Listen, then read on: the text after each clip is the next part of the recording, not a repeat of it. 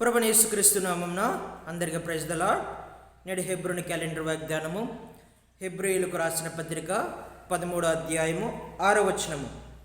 కాబట్టి ప్రభువు నాకు సహాయకుడు, నేను భయపడను, నరమాత్రుడు నాకేమి చేయగలడు అని మంచి ధైర్యముతో చెప్పగలవారమై ఉన్నాము. ఇక్కడ భక్తుడు సెలవిస్తున్నటువంటి మాటలు, ప్రభువు నాకు సహాయకుడు, నేను భయపడను, నరమాత్రుడు నాకేమి చేయగలడు, నరులు ఏమీ చేయలేరు, నాకు సహాయము నా దేవుడే చేస్తాడు, కాబట్టి నేను భయపడను.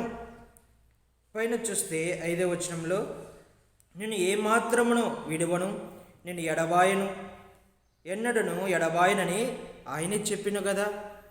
కాబట్టి మనలను దేవుడు జ్ఞాపకం చేసుకొని కంటికి కనుపాపు వలె కాపాడుతూ భద్రపరుస్తూ యాకోబుకి ఇచ్చినటువంటి వాగ్దానము నేటి దినాల్లో మనకు కూడా వాగ్దానము నెరవేర్చేటువంటిదిగా కనిపిస్తుంది.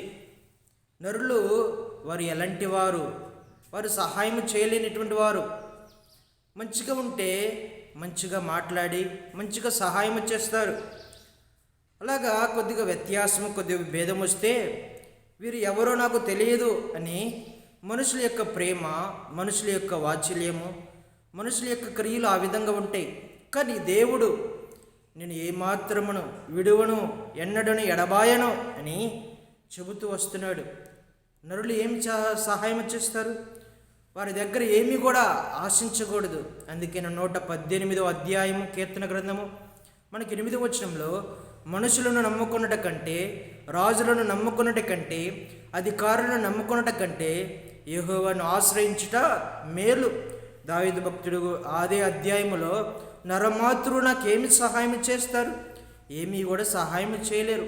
కాబట్టి నాకు సహాయం చేసేది నా దేవుడైనటువంటి యెహోవాయే. నాకు రక్షణ ఆధారము, నాకు కొండ, నా కోట, నా ఆశ్రయ దుర్గము, నాకు సహాయము చేసేటువంటి దేవుడు. కాబట్టి నరమాత్రులు ఏమి చేస్తారు? ఏమీ కూడా చేయలేరు. ఇక్కడ మనకు 13వ అధ్యాయము ధ్యానిస్తే ఎలాగ ఉండాలి అని కొన్ని హెచ్చరికలు చేస్తున్నాడు. చూడండి, 1వ వచనంలో, సహోదర ప్రేమ నిలవరముగా ఉండనీయుడి, ఆతిథ్యము చేయి మరువకుడి. సహోదర ప్రేమలో నిలిచేదిగా, స్థిరముగా, బలముగా ఉండేటువంటిదిగా ఉండాలంట సహోదర ప్రేమ. అలాగా ఉంటే మన యొక్క జీవితంలో, మన యొక్క బ్రతుకులో దేవుడు మనలను విడిచిపెట్టడు. ఆతిథ్యము చేసే విషయంలో మీరు మరవవద్దు, వాటిని విడిచిపెట్టవద్దు. కాబట్టి ఆతిథ్యం చేసే విషయంలో, సహోదర ప్రేమ విషయంలో మీరు ఎప్పుడైనా సరే ముందుగా ఉండాలి, వారికి సహాయం చేయాలి అని నువ్వు ఎలాగా ఉండాలో దేవుడు చెబుతున్నాడు. సహాయము, నరమాత్రులు ఏ విధంగా సహాయం చేయలేనప్పటికీ కానీ నీ జీవితము, నా జీవితం ఏ విధంగా ఉండాలో ప్రభువైన యేసుక్రీస్తు వారు చెబుతున్నాడు. ప్రేమ, శాశ్వతమైనటువంటి ప్రేమతో మనల్ని ప్రేమిస్తూ వచ్చినాడు. నేను మిమ్మల్ని ఏ విధంగా ప్రేమించినానో మీరు కూడా ఒకరిని యందు ఒకరు ప్రేమ కలిగినటువంటి వారుగా ఉండాలి. అలాగా ప్రేమలో నిలవరముగా ఉండాలి. తర్వాత ఆతిథ్య విషయంలో మనము సహాయం చేసేటువంటి వారముగా ఉండాలి. ఆతిథ్యము చేయకుండా మరిచిపోవద్దు, సహాయం చేయాలి. మన ఇంటి దగ్గరికి ఎవరైనా వచ్చినా సరే వారిని ప్రేమగా పలకరించి వారితో మంచిగా మాట్లాడి ఆతిథ్యము ఇచ్చేటువంటి వారముగా ఉండాలి. తర్వాత మీరును వారితో కూడా బంధింపబడినట్టు బంధకాలలో ఉన్న వారిని జ్ఞాపకం చేసుకోవాలి. బంధకాలలో ఉన్నటువంటి వారిని జ్ఞాపకం చేస్తారు. కష్టాల అనుభవాలను వారు అనుభవిస్తున్నటువంటి వారి యొక్క బ్రతుకును, వారి యొక్క జీవితమును జ్ఞాపకం చేసుకోవాలి. చేయవలసినటువంటి బాధ్యతలు, చేయవలసినటువంటి నియమాలు, చేయవలసినటువంటి కట్టడలు మనకు చెబుతున్నాడు దేవుడు. కాబట్టి బంధకాలలో ఉన్నటువంటి వారిని జ్ఞాపకం చేసుకోవాలి. తర్వాత కష్టాల అనుభవాలను అనుభవిస్తున్నటువంటి వారిని జ్ఞాపకం చేసుకోవాలి. తర్వాత ధనాపేక్ష లేని వారై మీకు కలిగిన వాటితో తృప్తి కలిగి ఉండడి. ఇలాగ తృప్తి కలిగినటువంటి జీవితం ఉండాలి. మంచి విషయంలో మీరు పోరాడేటువంటి వారుగా ఉండాలి. కాబట్టి మన యొక్క జీవితంలో కష్టాలలో ఉన్నటువంటి వారిని, బాధలో ఉన్నటువంటి వారిని, దుఃఖంలో ఉన్నటువంటి వారిని అనేక రకాలుగా మనం ఏ విధంగా ఆదరిస్తున్నాము, ఏ విధంగా బలపరుస్తున్నాము, దేవుడు వారిని జ్ఞాపకము చేసుకోమని అంటున్నాడు.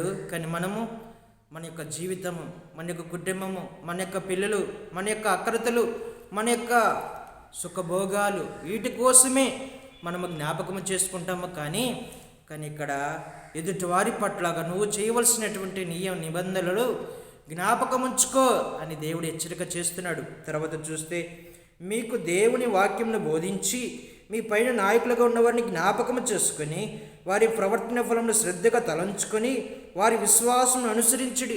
వారి యొక్క ప్రవర్తన, వారి యొక్క విశ్వాసము, వారి యొక్క బోధ ప్రతిదీ నువ్వు తలంచుకొని జీవించేటువంటి వాడివిగా ఉండాలి.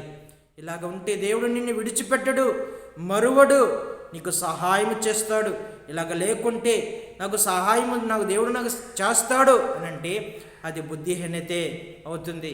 మనము చేయవలసినటువంటి బాధ్యత, చేయవలసినటువంటి నియమ నిబంధనలో మనము కొనసాగబడేటువంటి వారముగా ఉంటే దేవుడు సహాయం చేసేటువంటి వాడుగా ఉంటాడు. తర్వాత యేసుక్రీస్తు నిన్న నేడు ఒకటే రీతిగా ఉన్నాడు. అవును, యుగయుగములకు ఒకటే రీతిగా ఉన్నాడు. కాబట్టి నానా విధములైన 9వ వచనంలో చూస్తే, అన్య బోధల చేత త్రిప్పబడుకుడి, భోజన పదార్థమును బట్టి కాకుండా కృపను బట్టి హృదయమును సిద్ధపరచుకున్నట మంచిది. భోజనములను బట్టి ప్రవర్తించే వారికి ఏమీ ప్రయోజనము కలుగనేరదు. కాబట్టి భోజన పదార్థాల నిమిత్తము ఏమి ప్రయోజనం ఉండదు. ఆత్మ సంబంధమైనటువంటి దేవుని యొక్క కృప మీ హృదయాలలో స్థిరముగా ఉంటే మీరు ప్రయోజనకరంగా ఉంటారు. అన్య బోధల వలన మీకు ప్రయోజనకరమైనటువంటిది ఏది కూడా ఉండదంట. అన్య బోధల చేత త్రిప్పబడుకుడి. నేటి దినాల్లో ఆ విధంగానే బోధలు ఎక్కువయ్యే కొలిది అనేక రకాలుగా సత్యము గురించినటువంటి అనుభవం కలిగినటువంటి బోధ నుంచి తప్పించబడి అన్య బోధల వైపు త్రిప్పబడేటువంటి వారుగా ఉన్నారు. నరకానికి పాత్రలుగా ఉన్నారు. జీవము కలిగినటువంటి దేవుని మర్చిపోయి మనుషులను సేవించేటువంటి వారుగా ఉన్నారు. మనుషుల మెప్పు, మనుషులు ముఖస్తుతి చేసేటువంటి వారుగా ఉన్నారు. కాబట్టి ఇది ప్రయోజనకరమైనటువంటిది కాదు.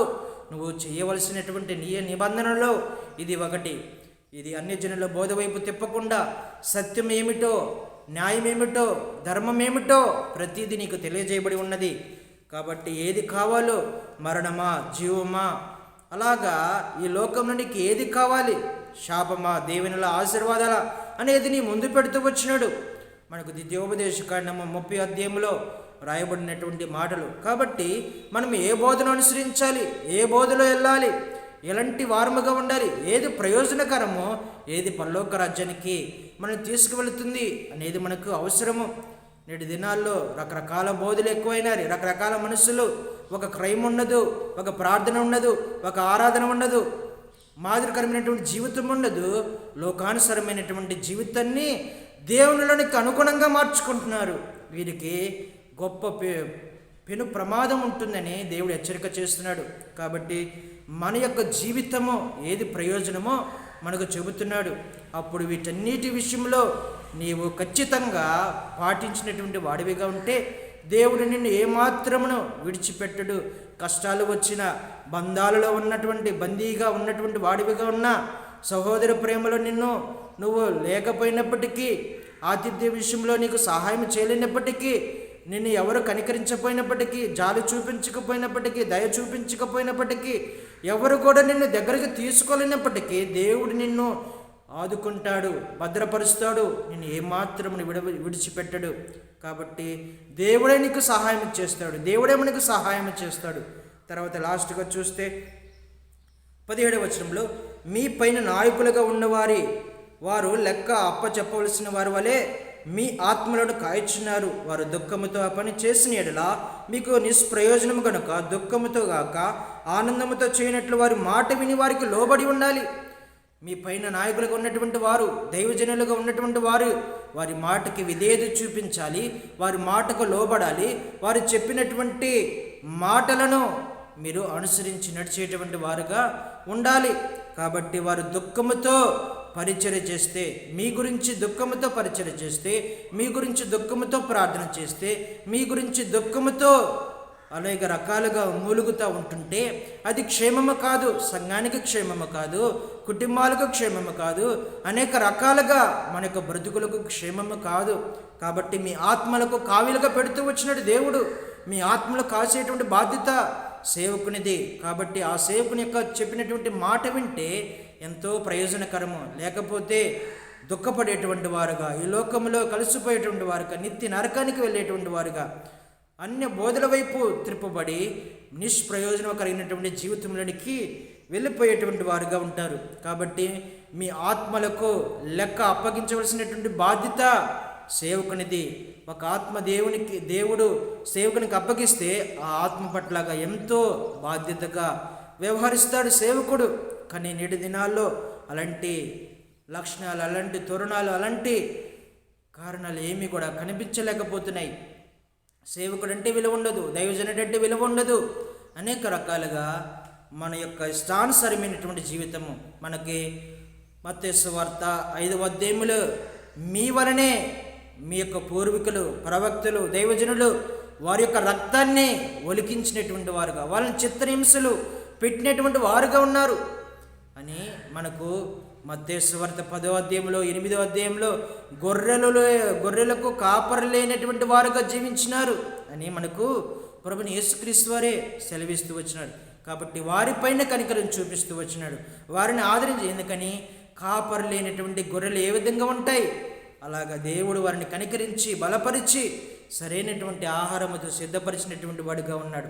నేటి దినాలలో మన యొక్క బోధలు ఎలాగున్నాయి, మన యొక్క వైఖరి ఎలాగున్నాయి, మనం వింటున్నటువంటి బోధలు, మనం చేస్తున్నటువంటి చేష్టలు, మనం ప్రవర్తిస్తున్నటువంటి ప్రవర్తన ఏ విధంగా ఉన్నదనేది మనము దేవుడు చెబుతున్నటువంటి నియమాలు. మనం ఇలాగ ఉంటే ఎంతో ధన్యులము. ఆతిథ్య విషయంలో మనము ముందడుగులో ఉంటే ఎంతో ధన్యులము. సహోదర ప్రేమ విషయంలో నిలువరముగా ఉంటే ఎంతో ధన్యులము. కుటుంబంలో ప్రేమ, సంఘములో ప్రేమ, వ్యక్తిగతముగా ప్రేమ, పిల్లల పట్లగా ప్రేమ, అలాగే ఎక్కడ చూసినా నిన్ను చూస్తే ప్రేమ కలిగినటువంటి వారు అని ఎక్కడ చూసినా ప్రేమలో ఉన్నటువంటి వాడివిగా ఉంటే ధన్యుడవు. తర్వాత బంధకాలలో ఉన్నటువంటి వారికి సహాయం చేస్తే ధన్యుడవు. తర్వాత కష్టకాలలో ఉన్నటువంటి వారిని ఆదరించే వారికి సహాయం చేస్తే ఎంతో ధన్యులము. తర్వాత మన యొక్క బ్రతుకులు నిష్ప్రయోజనముగా ఉండకుండా మన యొక్క బోధ మంచి బోధ కలిగినటువంటి బోధ వింటే ఎంతో ధన్యులవు. తర్వాత దైవ సేవకుని ప్రేమించే విషయంలో, దైవ సేవకునికి సహకరించే విషయంలో, దైవజనుని ప్రోత్సాహపరిచే విషయంలో, ఆనందపెట్టే విషయంలో, లోబడే విషయంలో, వాక్యానికి తగ్గించుకొని ఉండేటి విషయంలో ఎంతో ధన్యత కలిగినటువంటి జీవితమని ఇక్కడ కొన్ని నియమ నిబంధనలు మనకు చెబుతూ వచ్చినాడు. ఇలాగ ఉంటే మనలను దేవుడు ఎంత మాత్రమును విడిచిపెట్టడు, విడువడు, ఎన్నడను ఎడబాయడు. సహాయం చేసేటువంటిది దేవుడే. మనం ఎంత మనుషులకు సహాయం చేసినా, ఎంత వారిని ఓదార్చినా, కానీ సహాయం చేసేటువంటిది దేవుడే. మనకు దేవుడే సహాయం చేయాలి. మనకు పలానా వ్యక్తి సహాయం చేసినాడు కదా, ఆ వ్యక్తి సహాయం చేస్తాడు అని అంటే అది పొరపాటే. కానీ మనము సహాయం చేయటం వరకే మన బాధ్యత, సహాయమును మనము ఇవ్వటప్పటికే మన యొక్క కర్తవ్యము, దేవుడు చెప్పినటువంటి నిబంధన. కానీ మనకు సహాయం చేయాలన్నా, మనం ప్రేమించాలన్నా, మన పైన కనికరం చూపించాలన్నా, మన పైన జాలి చూపించాలన్నా అది దేవుని యొక్క చేతిలో ఉన్నది. కాబట్టి ప్రభువైన యేసుక్రీస్తు వారు నిన్న నేడు ఈరోజు ప్రతిరోజు ఆయన యుగములు ఒకటే రీతిగా ఉన్నాడు. మనం అనుకుంటాము మన యొక్క మనసులు మారిపోతాయి, మన యొక్క తలంపులు మారిపోతాయి, మన యొక్క ప్రవర్తన మారిపోతుంది. ఇప్పుడు ఉంటే ఒక ఆలోచన తర్వాత ఉండదు. అలాగా రకరకాలుగా మన యొక్క జీవితాలు ఆ మాదిరిగా వెళ్ళిపోతూ ఉంటాయి. కాబట్టి దేవుడు నిన్న నేడు నిరంతరము ఒకటే రీతిగా ఉన్నాడు. ఇలాగ దేవుడు మనందరిని సిద్ధపరిచి నడిపించిన గాక. ప్రార్థన చేసుకుందాం. పరిశుద్ధుడా, ప్రేమగల తండ్రి, మీ పరిశుద్ధ నామను బట్టి వందనాలు, స్తోత్రాలు చెల్లిస్తున్న ప్రభావ. ఇదే కాల సమయంలో మాతో మాట్లాడినందుకు వందనాలు ప్రభా. మాకు సహాయముగా ఉండాలన్నా, మమ్మల్ని విడిచిపెట్టకుండా ఉండాలన్నా మీరు చెప్పినటువంటి నిబంధనలు మేము కొనసాగబడేటువంటి వారముగా ఉంటే ప్రభా, మాకు సహాయం చేసేటువంటి మీరే, మమ్మల్ని ఆదుకునేటువంటి దేవుడవు మీరే, మా పైన జాలి కనికరము చూపించేటువంటి దేవుడవు మీరే. కానీ ప్రభా, మీరు చెప్పినటువంటి నిబంధనలు లేకపోతే మాకు ప్రయోజనకరం ఉండదని సెలవిస్తూ వచ్చినారు. వాక్యం వినేటువంటి ప్రతి ఒక్క కుటుంబాలలో ప్రభువా మా యొక్క జీవితాలను మార్చి నిజమైనటువంటి బోధ, నిజమైనటువంటి క్రియలు కలిగినటువంటి జీవితం మాదిరిగా కనిపించి పరలోక రాజ్యానికి వారసులుగా ఉండేటువంటి భాగ్యం మాకు దయచేయమని ప్రార్థన చేస్తూ ఈయన ప్రార్థన ప్రభువైన యేసుక్రీస్తు పరిశుద్ధ నామములో ప్రార్థించి అడిగి వేడుకున్నాం తండ్రి. ఆమేన్. అందరికీ ప్రైజ్ ద లార్డ్.